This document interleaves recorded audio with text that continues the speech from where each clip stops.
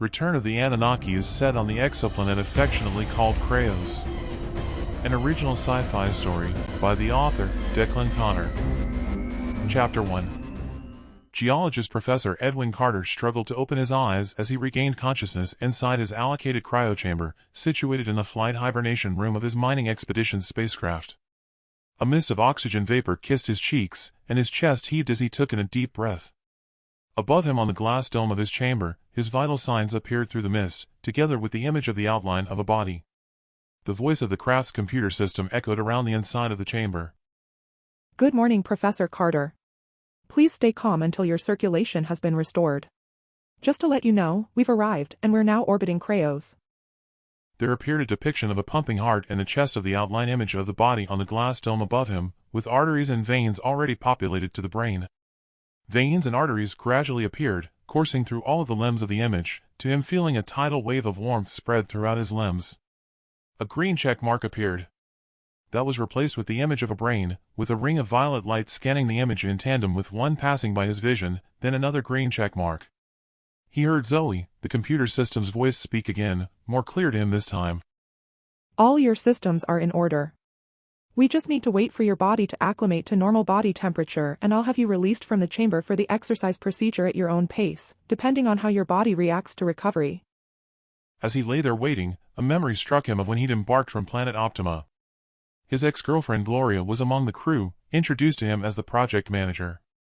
They'd simply nodded to each other in acknowledgement at the introductions to all the crew, while not making any direct contact with their eyes. He wasn't sure how his fiancée, Zelda, the project's computer technician, who he'd managed to have appointed on the mission, would take to Gloria being in charge. As he thought about it, he wasn't sure if he should mention to Zelda that they'd once been an item. He shrugged and dispelled the notion as the chamber lid disengaged, then it hissed open. His entire body rose on the rest platform, then it swung outside of the chamber to one side and tilted, then with the straps auto-releasing, Edwin gripped the chrome rails and took his first steps, his legs buckling, only keeping upright with the rails for purchase. He pressed a red button and a transport chair arrived behind him. He took his seat and looked around. It appeared he was the last one to have been restored. He headed for the control room. When he arrived, all those authorized to be in the flight control room were at their consoles. Ed maneuvered up to his console and fired it up, then put on his head speaker mic. Powering up his console, he pressed the button for the engineer's room to see them sitting around in a circle. There appeared to be one missing. He flicked the mic switch to connect with them. "Where's Jason?" He finished coughing to clear his throat with his vocal cords not working. "Sorry about that, where's Jason?" The chief mining engineer answered him with a thumbs down before speaking. "Sorry, we've lost Jason, I'm afraid. His cryochamber malfunctioned. We've had to jettison him as per protocol." "Oh, no, that's tough," he said to a chill running through him at thoughts of him floating out there in space. "I'll catch up with you all when we land." He closed the transmission and then held his head in his hands at the loss of one of his team. He was just thankful that he didn't have a personal connection to him. Ed lifted his vision to his monitor to run his eyes over the data transmitted from the drone probes. They were already traversing the surface of the planet and making good ground. The voice of Zoe boomed over the speaker. Gravity 7.8. Oxygen levels are suitable for breathing. No adverse chemical compositions from the readings. Life forms and microbes detected. Negative for bipeds. No signs of intelligent dwellings or communication signals. The red sky indicates moisture and dust in the atmosphere with ground temperature in our target mining zone of 91.6 degrees Fahrenheit. Wind speed variable between 15 and 20 kilometers per hour. He pressed the screen to connect with Zoe. "I need the drone to head for the mountain range on camera 6. He opened up the image to full screen as the drone approached the mountain range and over a turquoise lake. His eyes flicked to the data ticking over in the bottom corner of the screen. He adjusted his mic at his lips. "Can you double-check those radiation levels, and that the element is correct? The reading is too consistent for it to be element 115 causing the radiation that's showing on my screen." I'll have drone 4 head over there to make sure it's not a malfunction. Camera 2, quadrupeds detected grazing. Nothing in flight detected on any of the screens. Ed pulled up drone 4 and 6 on the screen, waiting impatiently for drone 4 to arrive, while watching the radiation level data. He pushed back on his seat. "Damn, it's showing the same reading." That's impossible. Element 115 isn't stable enough to be continuous. The unlikely probability of 2 malfunctions in the drone's sensors indicates that data is correct. The epicenter of the radiation is in the depths of the mountain range. Gloria interrupted the conversation. Zoe, have all the drones go to Sector 8 on the edge of the radiation field at the mountains, and have them start drilling for samples. Affirmative. All drones programmed. Ed hoped to goodness they'd find the proethium, their target for the mission, a rare planetary metal used in the manufacture of anti-gravity motors, without having to suit up to mine inside the radiation field. He turned to Gloria. His legs were now cramping. I need the gym. Let me know what the samples detect. She simply nodded without looking at him. Ed reversed his chair with the control and headed along the corridor to the gym. In a chrome panel, he saw someone following. Come on, get a move on. It was his fiancée, Zelda, who was following on behind him. He held his hand to the glass entry scanner and the door opened. All of the mining team were in there exercising. He steered over to a body exerciser. It had flat surfaces hinged at where the joints would be in the shape of a body. He adjusted the control with his height and weight, then pressed the button on his transporter to enable him to slide onto the body exerciser. He lay there and pressed the timer start button, then maneuvered his legs to spread them apart, with his arms spread out above his head. Automatic clasps secured him at the ankles, chest, and then his wrists, then the machine vibrated. The hinges on the board lifted his legs in the air, then bent them, repeating the process slowly, then speeded up. He thought it was the equivalent of torture as it moved on to the next exercise with sit-ups, followed by arm exercises. The ordeal of the cycle over, the machine stopped vibrating and the clasps released. He looked around to see Zelda still going through the recovery cycle, but his mining crew had exited. A message came over his comms earpiece from Zoe. Proethium detected in the samples at 50-meter intervals and with 1 sample from each drone inside of the radiation zone.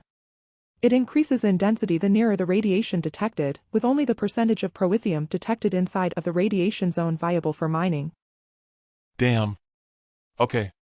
Has the project manager decided to go down to the surface yet? She has. We've powered down the drive and engaged the gravity field to land. ETA 15 minutes. Anything else you require? Yes, there is something else I need you to do. Have the drones carry on drilling further along on the perimeter of the radiation zone. Affirmative, I'll send the instructions now. He maneuvered back into his transport chair when Zelda came up beside of him. What's wrong? You look worried. Yeah, just heard we'll likely have to mine inside the radiation field unless the drones can find richer deposits. It's not just that, I don't understand how the source of the radiation is element 115. It's only ever been created in laboratories, but it quickly becomes inactive. It's not been found anywhere in the planetary system in a natural form. Could you check the sensor programming for me? Sure, I'll do that. Whatever, if radiation is definitely present, then let's just hope you can find suitable deposits outside the zone. Here, better drink this to fill your stomach and get your digestive tract working, then we can share a meal together this evening. He knew he had to drink the vitamin concoction which looked and tasted like sludge with an obnoxious odor. He held his nose and gulped it down to get it over with. Parting ways with Zelda, Ed maneuvered his way back to the flight deck to view the landing. As much as he was concerned at mining within the radiation field, he knew he'd have to explore the mountains to locate the source. If element 115 were to be found in metallic form and he could get a sample, he knew he'd go down in history for the discovery. Chapter 2. Safely landed on the surface close to the lake, Ed watched the guards on screen form a perimeter a suitable distance from the loading bay. Closer to the craft, the miners and engineers were busy unloading the mining equipment and flat pack accommodation from the cargo bay exit ramp. Edwin awaited Zoe reporting back with the result of the samples before he intended to join them. Shouldn't you be overseeing setting up the camp and the equipment instead of just sitting there? No point until we know where we're mining. I'm awaiting the results of the further tests. Gloria's manner of delivery had been terse. Not surprising really considering the way they broke it off with each other in an almighty argument. What he couldn't understand was why she'd put herself forward for the project when she knew he'd be part of the crew. Gloria started to hum and har. She obviously wanted to say something. Is there something else you wanted to say? She swiveled on her chair to face him. There is, actually. What's Zelda doing on the project? I hear she's your fiancée now. You know it's against protocol and I should report you. Ed dropped his head in his hands and rubbed at his brow, then straightened up to face her. Is that so? Then what are you doing here? It's also against protocol for people with any connection to be part of interplanetary missions. Zelda is one of the most competent computer engineers that I know of. Better to have someone we know is up to the task. Our lives may depend on them.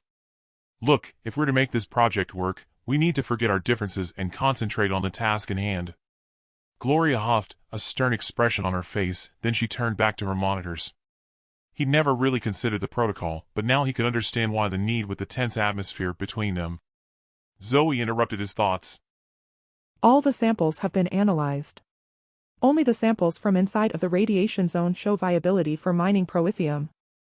He turned to Gloria, hoping what he had to say would calm her down on the situation. You're right, I should go and supervise them unloading the equipment. It looks as though we'll need to unload the decontamination chamber and anti-radiation suits. I heard what Zoe said. It doesn't stop the project. Better get a move on. She'd said that, while not taking her eyes off of the screens at her station. Ed retrieved his communications amulet from the drawer and secured it on his wrist, then he headed for the loading bay. It was a hive of activity when he arrived, with the heavy machinery already unloaded. He pressed the button on his amulet to communicate with them all. Professor Carter here. Stop whatever it is you're doing and listen carefully. I need you all to activate your amulets for radiation detection. To those unloading, we're going to need anti-radiation suits for all the miners and engineers and bring out the decontamination units. We're to set up camp next to the lake at a safe distance from the radiation field, but we're to have to set up the mining machinery inside of the radiation field once we've made camp. We can use the water from the lake for the wash plant once we decide where to start mining. Zoe will have a drone guide as to where she's determined for us to make camp. He closed the call to him, hearing a few expletives at the revelation from those near to him. Not surprising, really. Ed knew it wouldn't be comfortable working with the suits and helmets on. With everything unloaded, Ed climbed into one of the miners' transports and then set off at the head of the convoy following the drone. They arrived at the lake, a veritable oasis in the midst of a lush landscape. He was mesmerized with a clarity that you could see right into the depths, but only to the bottom in the shallows. The engineers set about rebuilding the flat pack accommodation. His vision was drawn back to the opposite side of the lake when a herd of quadrupeds arrived at the water's edge. They were no more than waist height and looked passive enough, with large bulbous eyes. Their skin was scaled and green with two black fury stripes and a white one running down the center from their curled tails to a tuft on the top of their heads. They put their short tapered floppy snouts in the water and began to drink. He thought they were cute and smiled, when out of nowhere a black head surged from the water and clasped a huge open mouth over the head of one of the creatures and dragged it into the lake. The rest of the herd ran off. By the ripples on the water, he reckoned the creature was at least 20 feet long. He gulped while hoping it wasn't amphibious and didn't have legs. He stabbed at his communicator amulet, tapping in the head of engineering's code. Stop everything and get out the electronic zap pacifiers. Space them around where we're setting up the camp. The guy replied in the affirmative, and he relaxed, yet he was concerned at the same time at what other sort of creatures they might encounter out there. He pressed the button to communicate with Zoe. Have the drone go to the spot where we should start stripping the overburden so I can choose a site for the wash plant and see what piping we need for the water supply. All the other drones, I want them in a circle around us on the lookout for any danger that creatures could pose. If anything moves out there, report it to me and the guards immediately. I'll send the drone in now, and I'll have the others in situ right away and programmed with your orders. Your command is understood. Ed had to be mindful not to pollute the water to destroy any lifeforms as part of their protocol, though considering the creature in there and whatever else the lake might be hiding in its depths, he'd have loved to have detonated an explosion in there. He sighed, called over a guard to join him, and then took over driving the transport to look for somewhere to dig a wastewater pond. The guard tugged at his sleeve and pointed to a dust cloud on a trajectory toward their vehicle. At the same time, Zoe's voice came over the communicator. Better get back to the camp. Look at your screen from Drone 3. Large creatures approaching on a trajectory to the camp. From their size, numbers and appearance, estimations are that they are a perceived threat to the project. Chapter 3.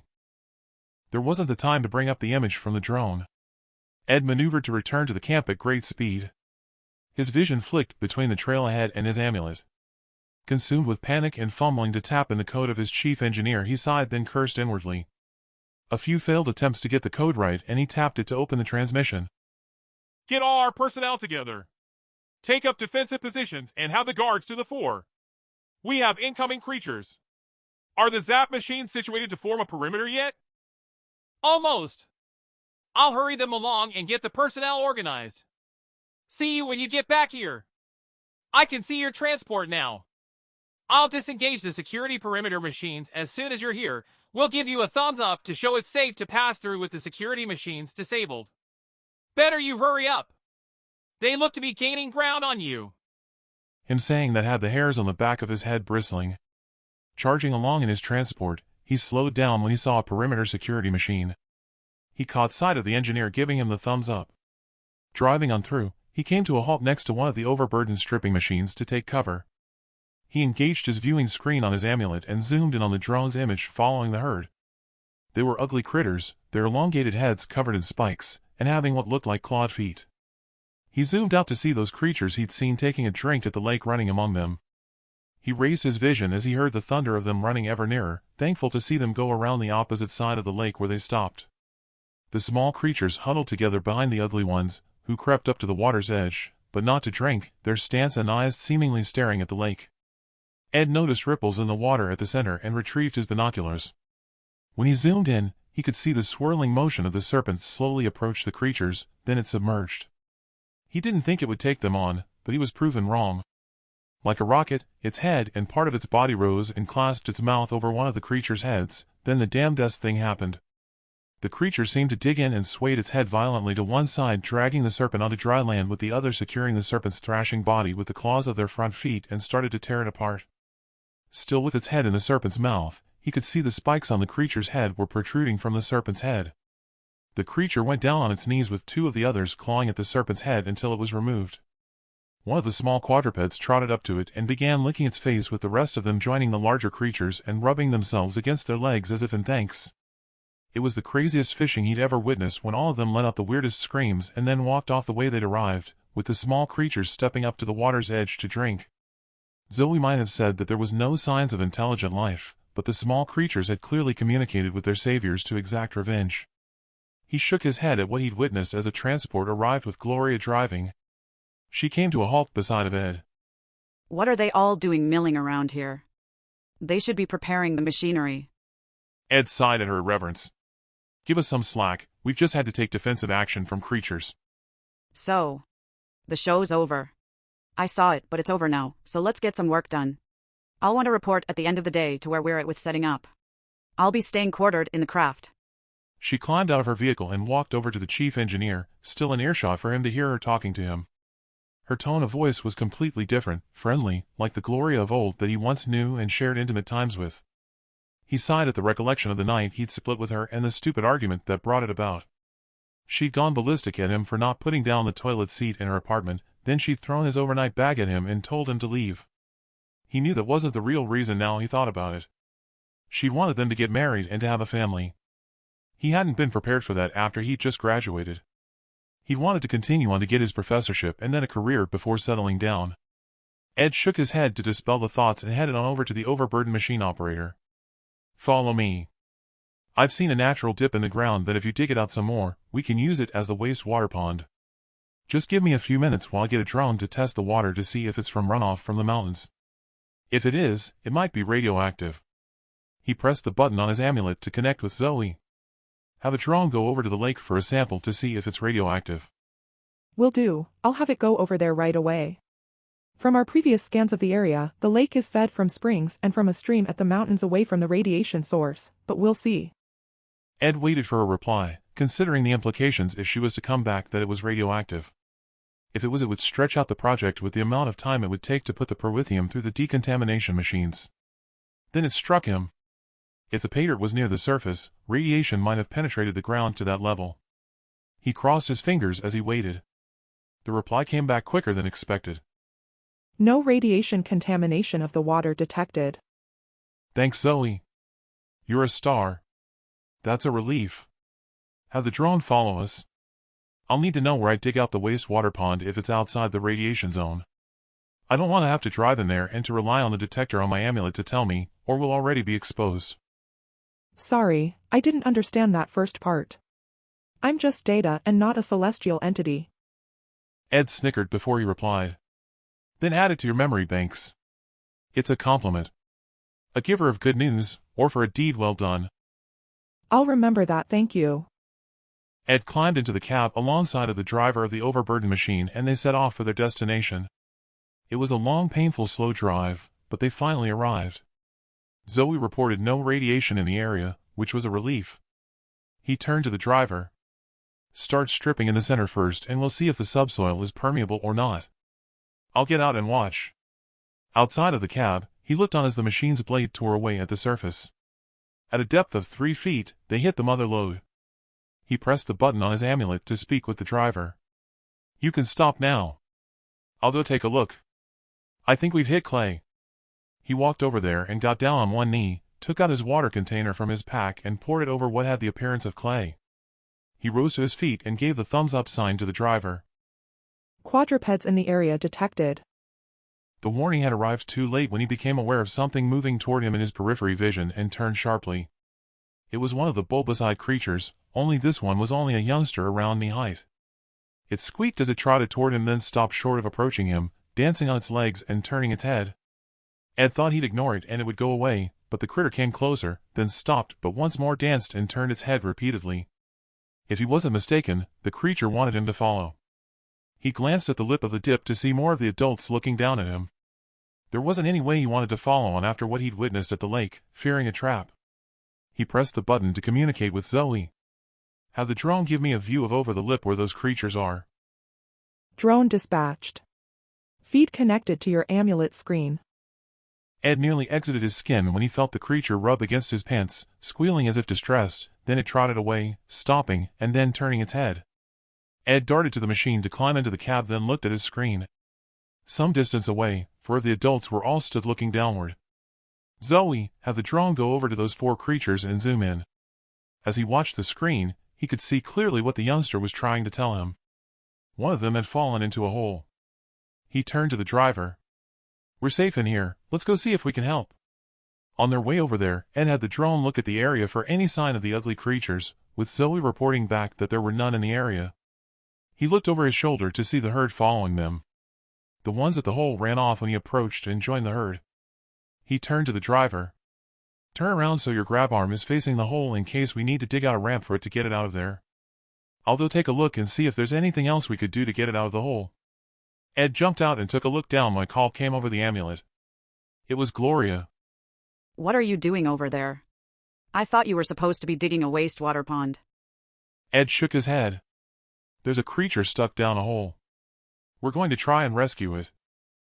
Leave it. Protocol doesn't allow for interfering with creatures we find on the planet. We need to get that pond dug out, like now. Ed sighed. To hell with the protocol. It won't take long. The call cut at Gloria's end. He imagined he'd get a ton lashing when he submitted his report. He called out to the driver. No time to dig a ramp. I'll get out a chain and the straps from the toolbox and we'll try to haul it out. With the chain secured to the grab arm and the straps hooked to it, he put his foot on the hook and grabbed the chain. He called out to the driver. Okay, get me down there, but slowly in case it turns violent. As the grab arm lifted him from the ground and swung him over the hole, adrenaline pumped through him, his entire body quaking while hoping the creature would stay passive. He'd seen them grazing, so he prayed they were solely vegetarian and that they hadn't lured him into a trap to devour him for a meal. Chapter 4. As he slowly descended down the hole, he thought that he'd been stupid to do what he was attempting to do. He hoped that what Gloria had said wouldn't get reported when they got back home, and they'd reduce his share of the proceeds. All the same, he couldn't turn his back on the creature when it had approached him in distress. He imagined that it was probably the offspring of the creature trapped in the hole. He shook his head, not able to get the image of it looking at him with those cute bulbous eyes. Ed called out for the driver to stop lowering him as the straps hanging from the hook brushed the creature's body. It didn't even flinch, remaining passive. There wasn't any other option as he instructed the driver to lower him until he stepped off of the hook onto firm ground at the side of the creature. There, stay calm. I'm here to help, he said, feeling like an idiot that it might understand him. He stroked the tuft on the top of its head to it remaining passive. Ed wasted no time putting the straps under its body and connected them to the hook. He instructed the driver to take up the slack, then reached up and grabbed the chain, swinging his body to put his foot on the hook and called out for the driver to haul away. He looked up to the sky as they rose, his Adam's apple doing a leap at seeing a triangular-shaped craft in the sky, then in a flash it was gone. At the surface, the grab arm lowered the both of them to the ground with Ed leaping to the ground. He quickly unhooked the straps and released the animal. The youngster ran over to him, rubbed against his legs, then it trotted over to who imagined was its parent. Before he could get to the safety of the cab, the entire herd milled around him squealing with some rubbing against him. He edged his way over to climb into the cab. "Did you see that craft in the sky?" he asked the driver. Didn't see anything.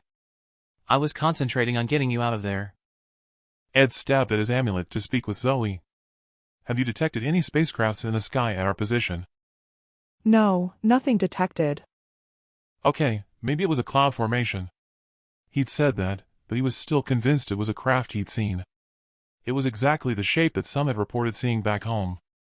He wondered if there had been some kind of gas in the hole having him hallucinate, then simply shrugged his shoulders and turned to his driver.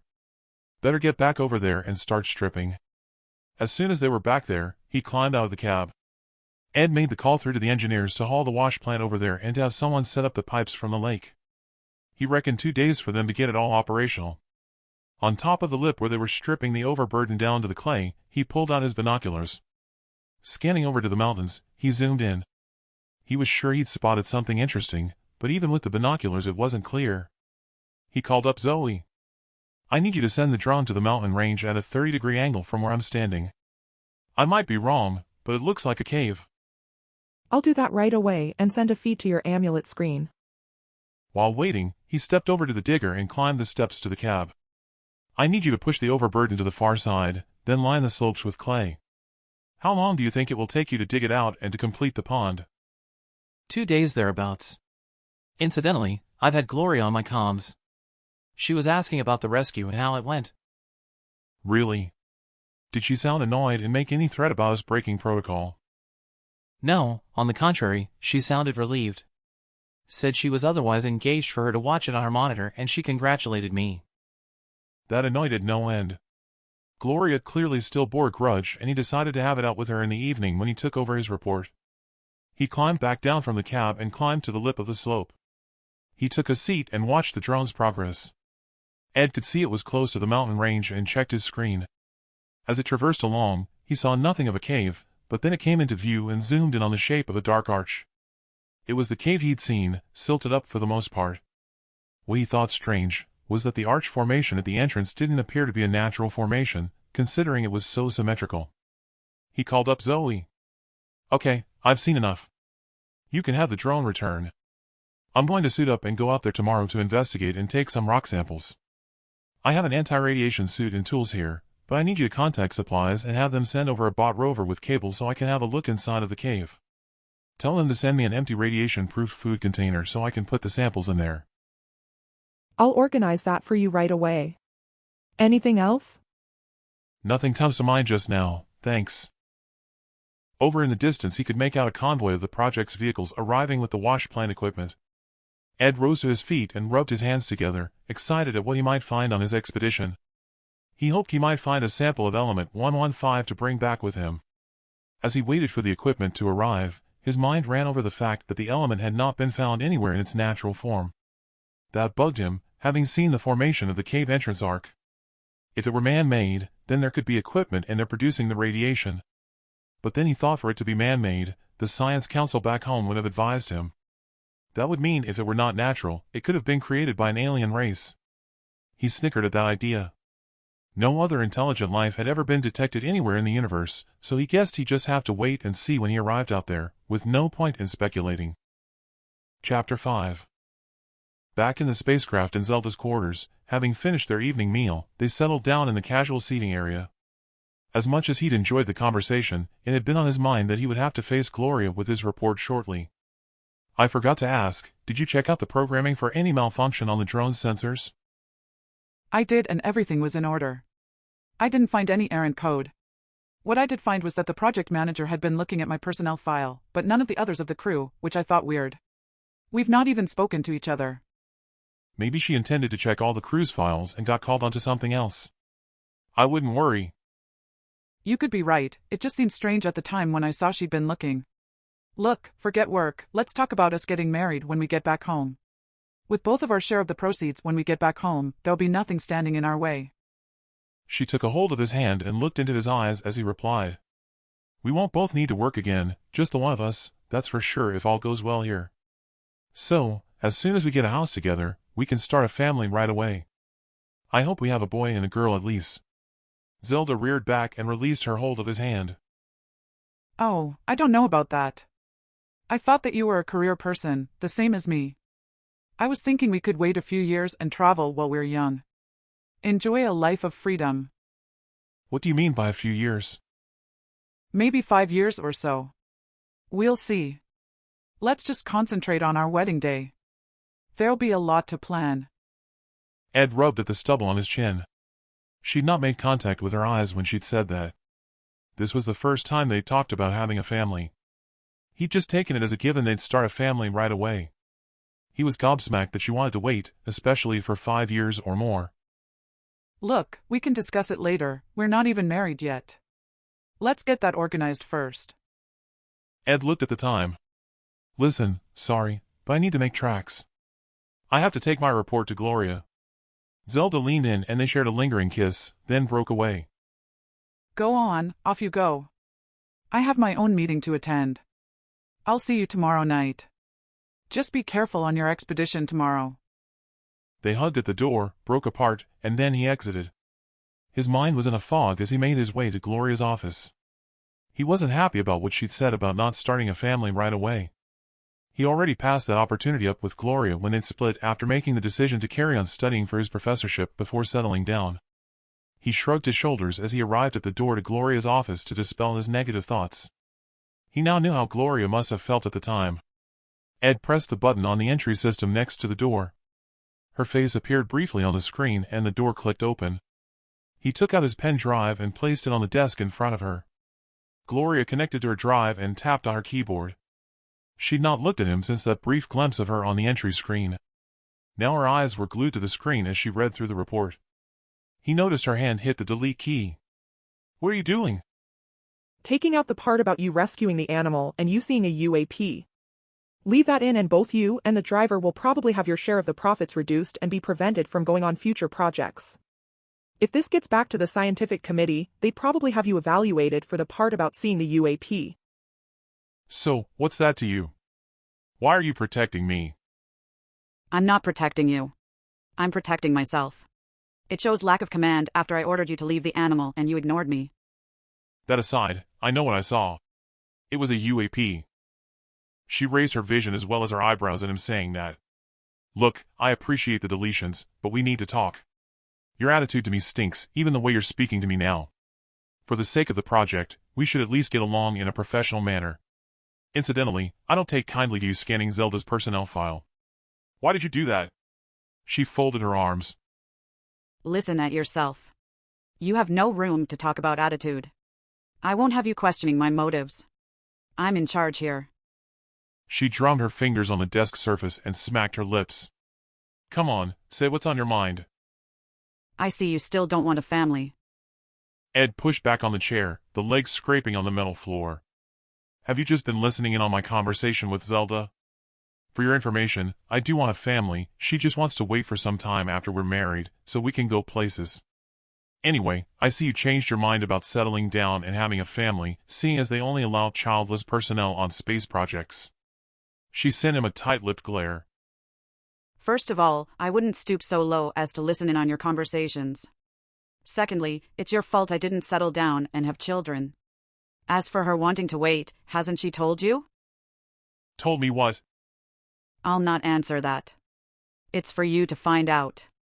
Let's just say you'll be waiting for an eternity. Now change the subject. I've had word you're planning to go to the mountain range alone. I forbid it. If anything went wrong, we don't have anyone to replace you. He'd heard her, but he was still taking in what she probably gleaned from Zelda's records. You can't stop me. I have my orders from the scientific committee to collect samples. Anyway, never mind that, spit it out what you mean about Zelda not giving birth. I'm not leaving until you tell me. Gloria rose to her feet, placed her palms on the surface of the desk, and then spit it out. She already has children, only she's ordered not to have contact. They live with foster parents after the judges ordered them taken away from her for neglect. They ordered her sterilization. There, I've told you, so you can leave now. He stood there open-mouthed as she strode around the desk and breezed out of the office. He didn't know whether she had told the truth, or if she'd used what she'd said as a means of getting back at him by planting a seed to ruin his relationship. He cursed under his breath at not having the authority to enter the personnel files. Now he knew he'd have to ask Zelda if what had been said was true or not, and he blamed himself for the situation that he now found himself in. He now knew it was a mistake breaking protocol to have Zelda on the project. It wasn't only that bugging him. He pressed the button on his amulet to talk with Zoe. Zoe, has Gloria been asking about what I've had planned for tomorrow?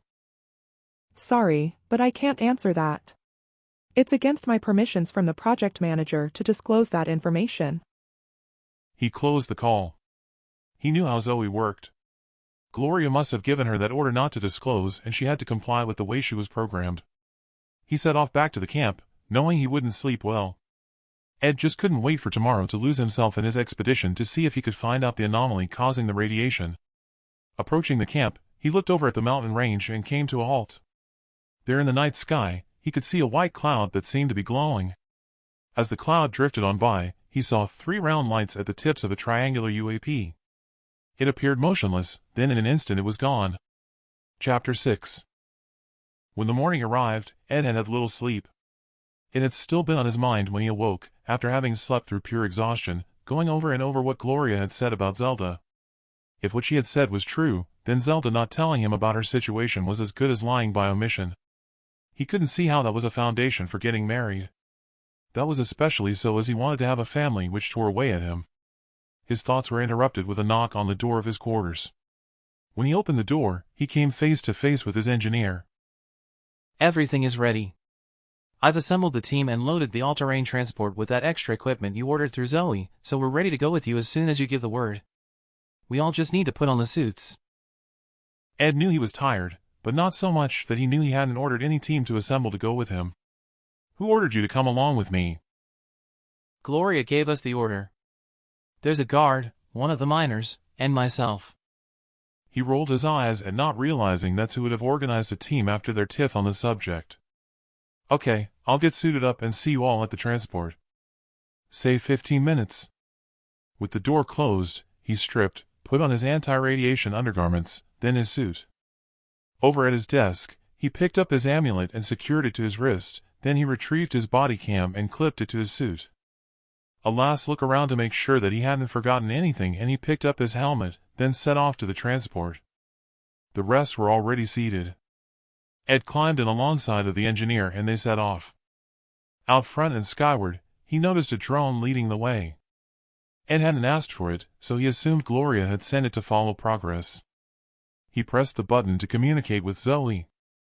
He knew there was no point in asking about the drone keeping them company. Any news from the team drilling the test bores on the depth we'll find Proithium? I need to know if the radiation has penetrated to where we'll find it. I do have news for you. It's in sufficient quantities for mining at a depth of 20 feet with no penetration of radiation once the overburden has been removed. He closed the call and turned to the engineer. Contact your crew back at base and get all of the machines except the one digging out the wastewater pond over there and start stripping the overburden. No need. If you look over to your left, I've already organized that. They started at first light. Zoe's voice came over his earpiece. You need to stop and to all put on your helmets. Radiation zone in 500 meters. The vehicle slowed then stopped. Ed secured his helmet into place with a twist, and then pressed the button on his chest to activate the digital radiation readout on his visor and for the oxygen supply.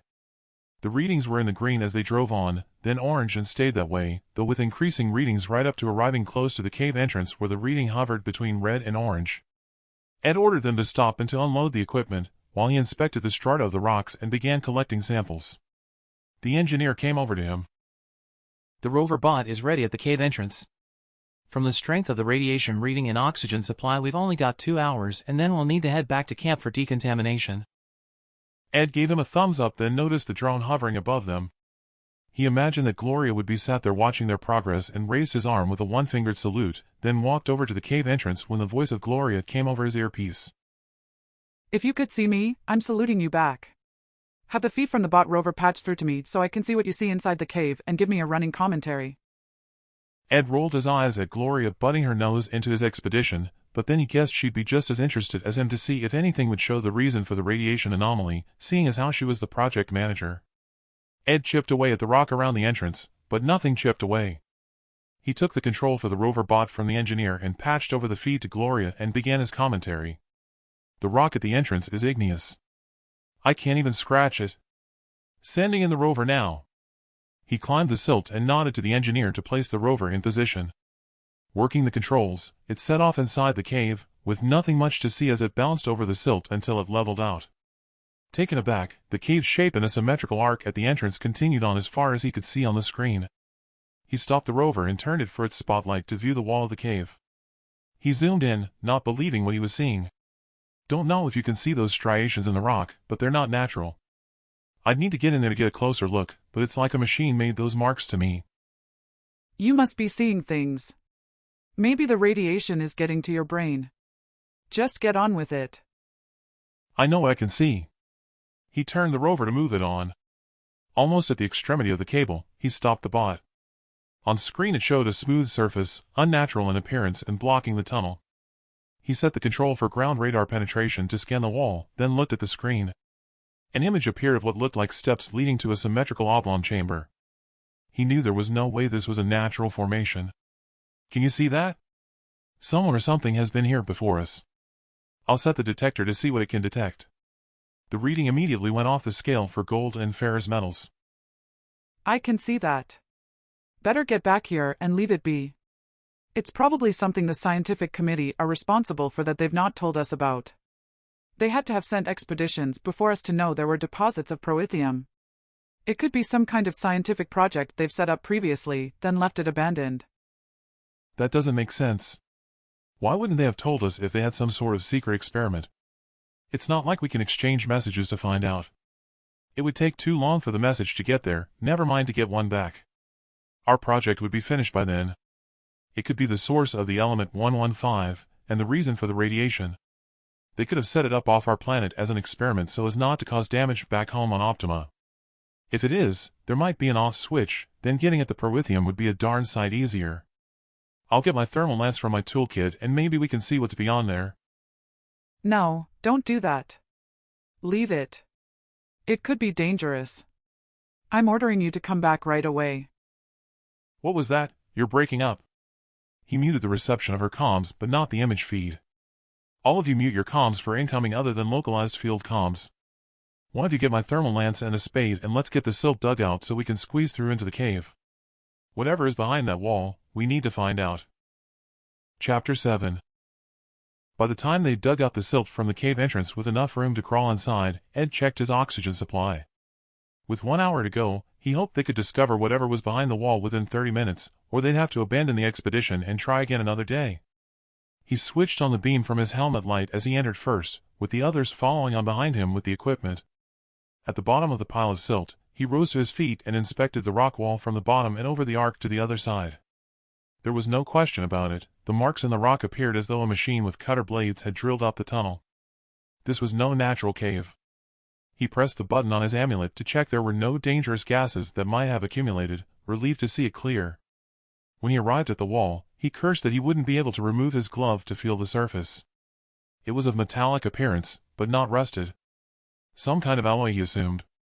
The machine had detected ferrous iron, but that can't have been right, he thought. This wasn't rusted and had a sheen to it. He wondered if it was outside the parameters of the machine's detection unit, and it had shown up as ferrous by default. He called over the engineer with the thermal lance and instructed him to cut out an oblong shape sufficient for them to get through, and then he waited. As the last of the shape was cut out, the engineer gave it a kick and pushed the cut metal slab through, then stepped back. Ed stepped through there and gasped. He was in a chamber, the walls lined with what appeared to be gold plate, embossed with hieroglyphs and strange markings. As his beam shone around the chamber and the others entered, he was drawn to an oblong casket, similarly adorned with what appeared to be gold on the surface and similarly embossed with those same strange markings as on the walls. On the top of it was a figurine of a female with wings outstretched on the top of it. Some kind of burial chamber, he imagined. They all exchanged open-mouthed glances, with not a word spoken until the engineer broke the silence. Check your amulets. I'm not detecting any radiation. This has to be real gold and it's shielding the radiation.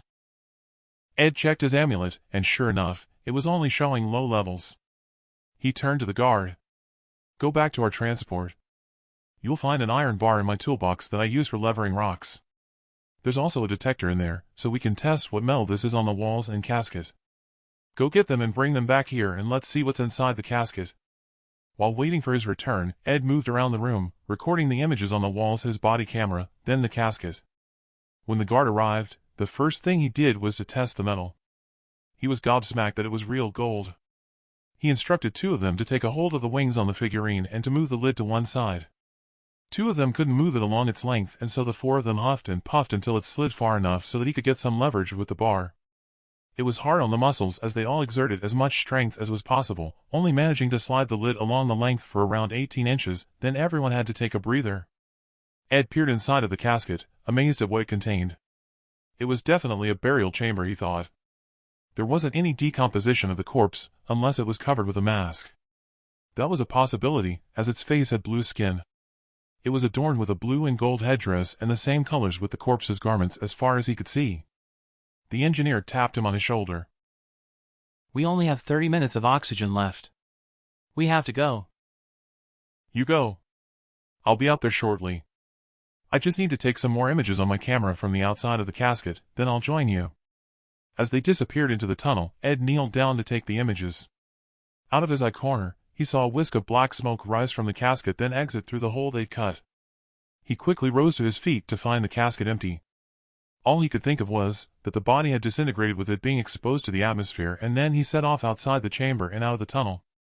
As soon as he stepped outside, he pressed the button on his amulet to unmute the sound.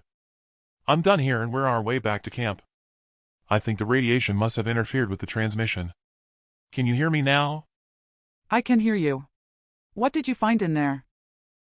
You wouldn't believe it if I hadn't taken camera images to show you. I'll connect it and send you them now, then I'll have to hurry back. We're getting low on oxygen. Perhaps if you run the images by Zoe, she might be able to work out what the symbols mean that you'll see. He made the connection to his amulet, then sent over the images. That done, he snatched at the door handle to climb onto the back seat and froze. The engineer's radiation suit appeared to be empty and slumped across the back seat. He reached out and lifted the helmet and dropped it again, stepping back in horror as to what he'd seen. Chapter 8. Ed glanced inside at the front seats to see that the others of his team had suffered the same fate. It was as if the moisture and muscles had been sucked out of them, leaving only their skeletons covered with skin, and even then had turned a brackish brown, leaving their eyes bulging like out of some horror hologram film. He desperately checked his suit for any sign of tears, while wondering if they had snagged theirs on the way in or out on sharp stones. But then he doubted radiation could act that fast on the bodies to take them to that state. He hauled out the driver, who now weighed next to nothing, out of the cab and put him on the back seat. The starter fob was already in place, but the touch screen to engage the drive was blank. He removed the fob and reinserted it, but the screen showed nothing. Whatever had fried his crew was looking as though it had fried the vehicle's circuitry. Ed slapped the steering wheel and climbed outside, activating his communications on his amulet, and then called up Gloria. Gloria, I need help! Gloria, I need help! The crew are all dead and I don't know why. It could be something to do with the radiation and the vehicle isn't working. I don't have enough oxygen to walk back to outside of the radiation zone. I'm connecting the images through to you of the state of their bodies. Has Zoe seen the images of what could be a language I sent of the chamber? They could hold clues to what's happened. Please, I need transport. Hurry! As he'd said that, the drone who'd been watching over the expedition fell from the sky and crashed. Oh no! Those images are horrific. Set off now, walking to put some distance between you and their corpses. I'll have a vehicle come out for you.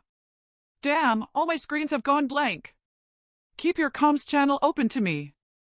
I'll contact the camp and have someone come out for you. Ed set off walking and checked his oxygen level on his visor. He was down to 15 minutes with enough time for a rescue vehicle to arrive. Another call came through from Gloria. Ed, I can't contact anyone at the camp or any of the mining team. Same here on the craft.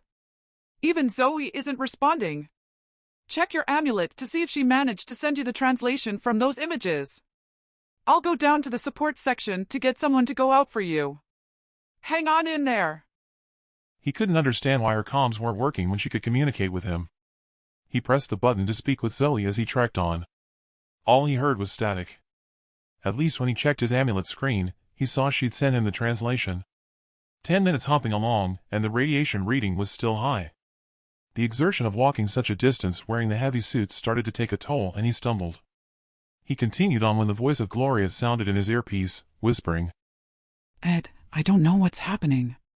Everyone I've come across is in the same state as the images you sent me of the corpses. I don't get it. My amulet isn't showing any radiation reading. I'm hiding in the gym. I need you to listen in on Zelda on the Tannoy speakers. She's calling me from the flight deck.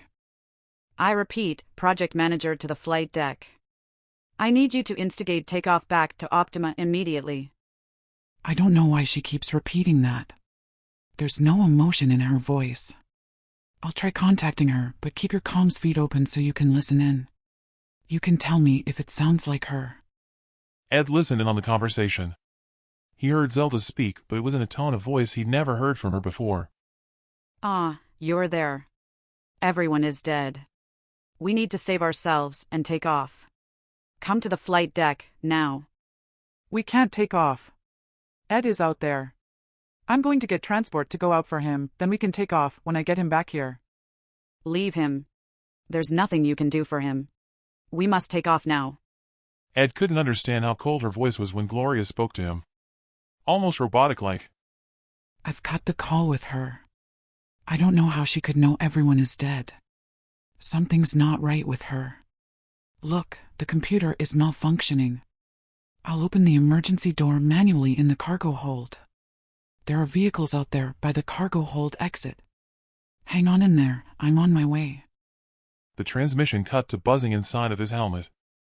He now knew where he stood with Zelda. His oxygen supply was now on emergency with only 2 minutes left. He stumbled on, but he knew it was hopeless and he'd have to remove his helmet.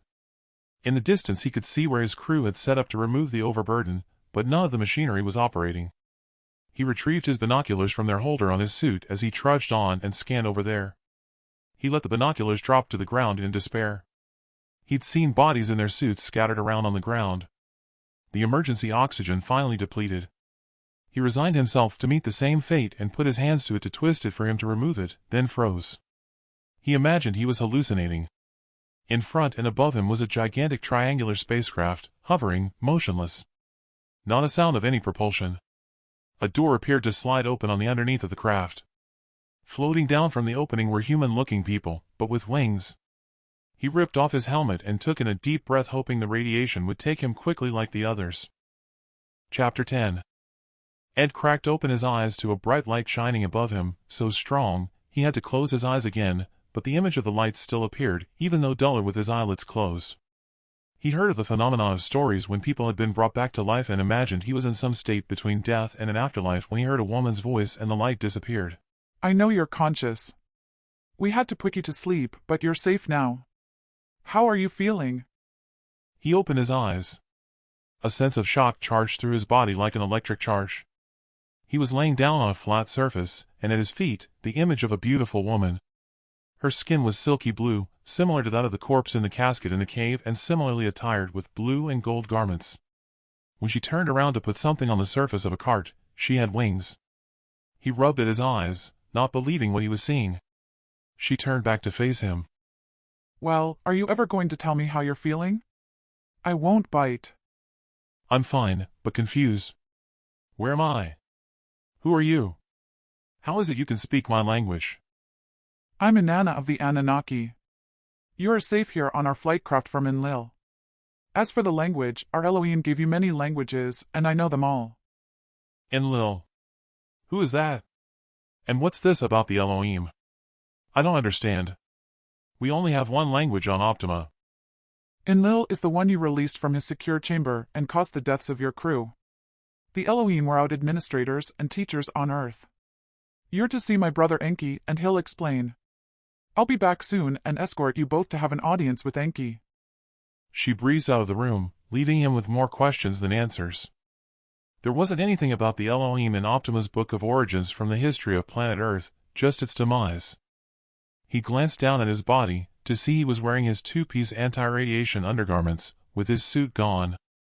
He felt at his wrist, but his amulet wasn't there. As he looked around the room, it had all the trappings of a surgical room, which explained the light that had been over his head and was now extinguished and pivoted to one side.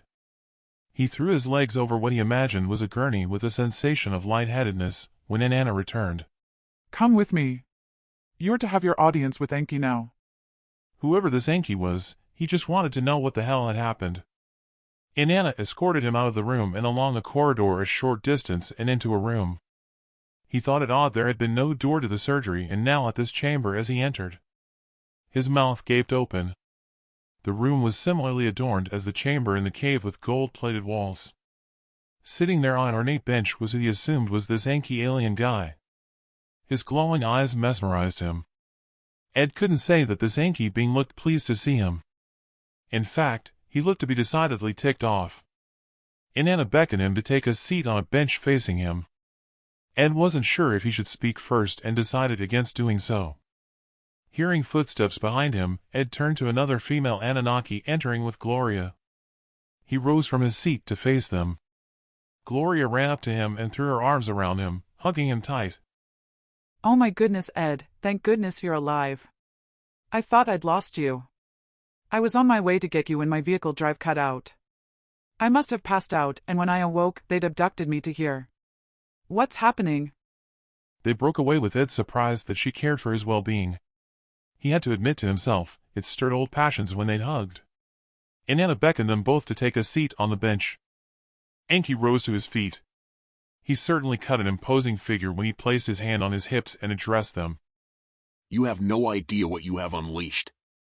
You are responsible for freeing Enlil from his entombment, and so now you must assist us in capturing him before he works out how to take off in your flight craft to get to Optima. If he were to succeed in this, he'll carry out his grudge to wipe out humanity that he failed to do on Earth. Ed and Gloria exchanged glances, with Ed aware that he shared the same concern as the look on her face. He turned to face Enki. What grudge? Who is this Enlil? How are we supposed to help? He's my half-brother. After he went against my father's wishes and attempted to wipe out humanity on Earth with a flood, I managed to thwart him. I had him pacified and brought here for eternity. When we set up the machine to provide a radiation field, we'd not anticipated your technology advancing to a stage that allowed you to overcome the radiation. Now you've unleashed him, he'll want to carry out what he failed to do. None of what he'd said made any sense to Ed. But, our Mother Earth wasn't destroyed in a flood. According to our Book of Origins, we destroyed it ourselves through our own neglect, and humanity only survived by the last of the survivors escaping Earth to travel to Optima. Ah yes, your book of scientific theory-based origins. Your council of elders were indeed wise not to take with them the historical records of Earth and to forbid any talk of the various religious ones, seeing as how they were wrongly translated in parts, and polluted by man's own imagination. But enough of that. Enlil must have let you survive for a purpose. From our intercepts of your communications, you Gloria have the knowledge he requires to get the craft to Optima. Just why he let you survive is beyond even my intelligence.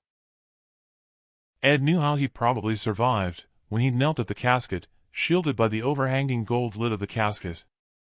What he couldn't work out if what he was saying was true, was that based on what he'd said, that would make the Anunnaki immortal, which his brain couldn't compute as a reality.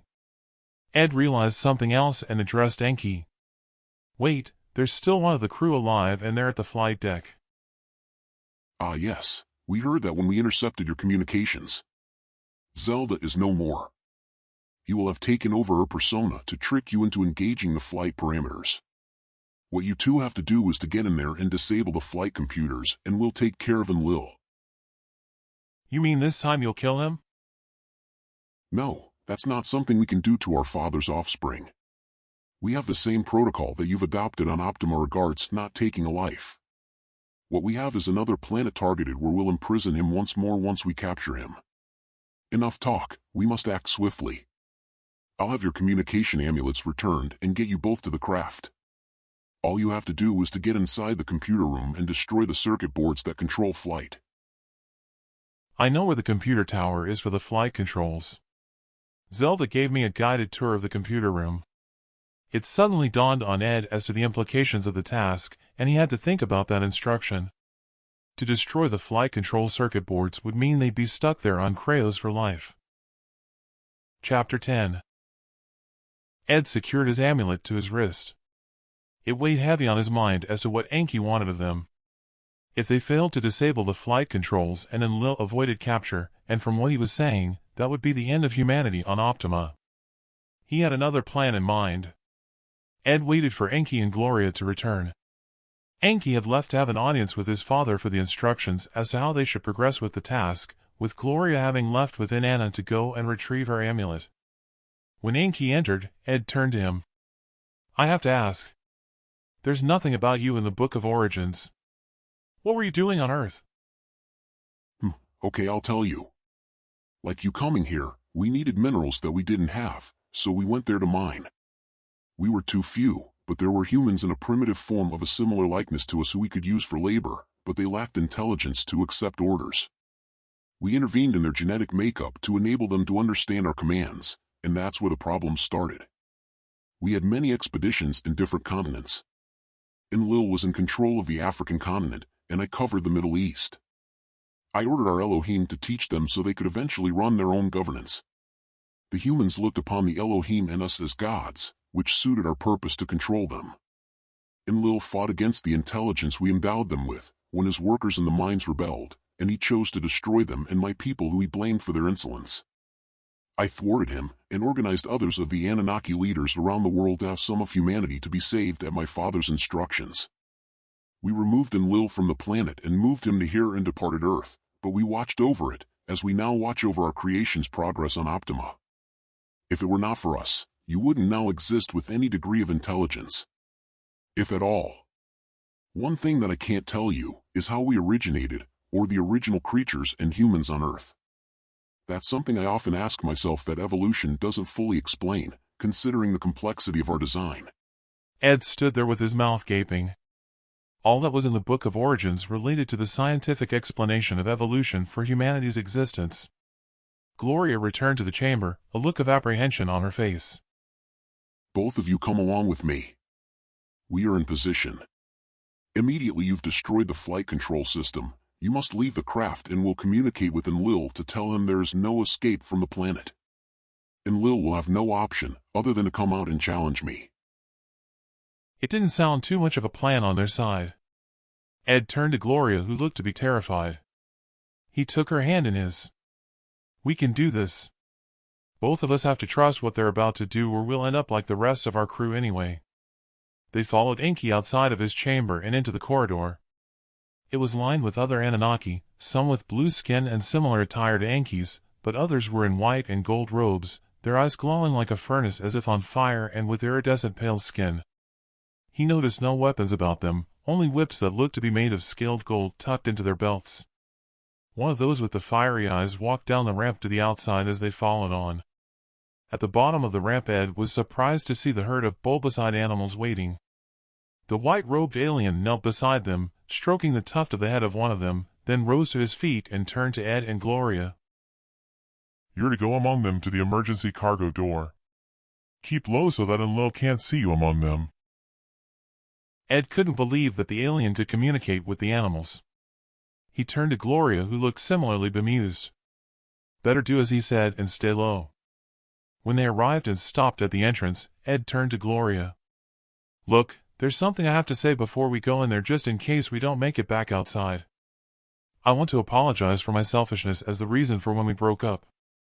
I know I hurt you, and believe me, it hurt me too." Gloria put a finger to his lips. It's me who should have said sorry for the way I ended it. It's been like I'd bitten off my nose to spite my face ever since that night when I foolishly demanded you leave my apartment. They embraced, then broke apart. "Come on, we can talk about it when we're done here. Let's do this." Ed crossed his fingers as he climbed inside of the craft through the emergency cargo door, then he reached down to take Gloria's hand to get her inside. He just hoped that both of them would come through this alive. Chapter 11. The both of them turned off the power to their amulets and worked their way along the length of the craft until they reached the computer equipment room. He turned to Gloria. You keep an eye on the door while I get to the flight control tower. He passed the largest of the towers, which held all Zoe's data and functionality. It had been powered down. Ed opened up the back panel of the flight control tower and hesitated. He had a good idea that as soon as he retracted the circuit board, Enlil would be alerted on the flight deck. He took in a deep intake of breath, and did the deed, pulling out the circuit board, then ran to the exit. It's done, we have to go now, hurry. The hairs on his neck bristled, his entire body quaking as he ran behind Gloria. He activated his amulet to speak with Enki. It's done. Communicate with Enlil now to distract him from coming to look for the problem with the flight control deactivated. He turned off his amulet in case Enlil had a way of tracking them. At the exit door in the cargo hold, they both bent over, holding their knees to catch their breath. Ed turned and jumped out first, then assisted Gloria to get her feet on firm ground. The animals were still there, and they milled around them. They had no other option but to follow their path as they led them to a hillside covered with brush. The Anunnaki craft wasn't where they departed from. The both of them got down on the ground, exhausted. Gloria tapped him on the shoulder and pointed in the direction of their craft. There hovering above it was the Anunnaki craft. A door slid open and Enki descended with a flap of his wings, then glided around their craft which was on the ground. Ed's heart beat fast in his chest. Gloria slipped her hand on his and they clasped their hands tight together. He could almost taste the tension for what might happen when he saw Enlil rise into the sky from the far side of the craft. Both Enlil and Enki circled around, gliding a distance apart, then the both of them stopped, and flapping their wings, they remained facing each other.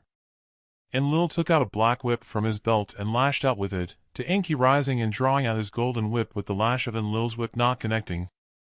It seemed like a strange fight with only whips as weapons. They flew about, lashing out at each other with neither of them connecting, when Enki outflanked Enlil by coming up sharp, and with Enlil flying on beneath him. Enki struck out, his whip lashing and encircling Enlil, with what seemed like an electric charge sparking where the whip's length circled him. From out of the craft, the rest of the Anunnaki descended, lashing their whips, with more of the golden cords encircling Enlil's body. More exited the Anunnaki's craft, but these had 4 wings and were a luminous bronze in color. What followed them out of their craft appeared to be wheels with one inside the other and with eyes in the rims. They formed a circle around all of the others, releasing a charge of fire that joined up to form a perimeter. Enlil appeared lifeless as they flew back to their craft with their whipcords lashed and strung around him, dragging him along and inside. All but Enki entered the craft. He flew over to them and then landed beside of him. It is done now. We have him secure. You do realize that neither of you can go home. I realized that, as soon as ever you said we were to destroy the flight control circuit board. Optima will likely send out a rescue craft for us. Sorry, but there'll be no rescue craft. We cloned your voice and we've sent a message to Optima not to come to the planet. We told them that all the crew are dead except for you, but that it is too dangerous a planet for them to send a mission to rescue you because you'd be dead before they arrived. Ed exchanged a look of horror with Gloria and him saying that. But why do that? What do you expect us to do here? My father, Anu, he ordered it be so. There's everything here for you to survive on this planet. You have the supplies and the craft that will last at least 2 years with the crew dead. The land is fertile. There's machinery, and the accommodation at the camp, and we've deactivated the radiation machine in the mountains. When we pacified you and brought you to our craft, we altered both of your genetics to improve your immune systems and to give you a longer life. At least 1,000 years. The entire planet is yours. If you are fruitful, you will build your own society of humanity here. Optima won't last forever. You will provide the opportunity for humanity to survive in the universe. Don't worry, we'll return from time to time to ensure your progress. In fact, we'll be back once we've dealt with Enlil to teach you how to farm once your supplies are finished. There wasn't an opportunity to ask anything as he flapped his wings and soared into the sky, returning to his craft, and in an instant it was gone. Ed and Gloria turned to each other. What the heck do we do now? Ed lifted his tunic top and retrieved the flight circuit board from his pants at the waist, only to see her eyes popping as if they were about to burst from their sockets. The Anunnaki are not the only ones who can be devious. I thought you'd destroyed it. Well, I didn't destroy it as you can see. I know what I want to do, but I'll leave it for you to decide. I want to stay here with you, but if you don't want to, we can go home. What's it to be? Gloria didn't hesitate. Destroy it. I like the idea of being fruitful. Ed was thinking the same. Especially if Enki had been telling the truth about extending their lifespan. That was a lot of years for what he called being fruitful. He looked Gloria in the eyes. No, I'll not destroy it. We'll both destroy it if you're serious. Ed reached down to the ground and lay it on a rock. The both of them held hands, counted to 3, then stomped on it repeatedly, doing a sort of jig dance while laughing. If you've enjoyed this story, don't forget to like it, and to subscribe for more stories on the channel, with more to come. Declan Conner is the author of a catalog of full-length psychological, crime, and speculative thriller fiction books available on Amazon in all territories. You'll find the link in the description. Once again, thank you for listening.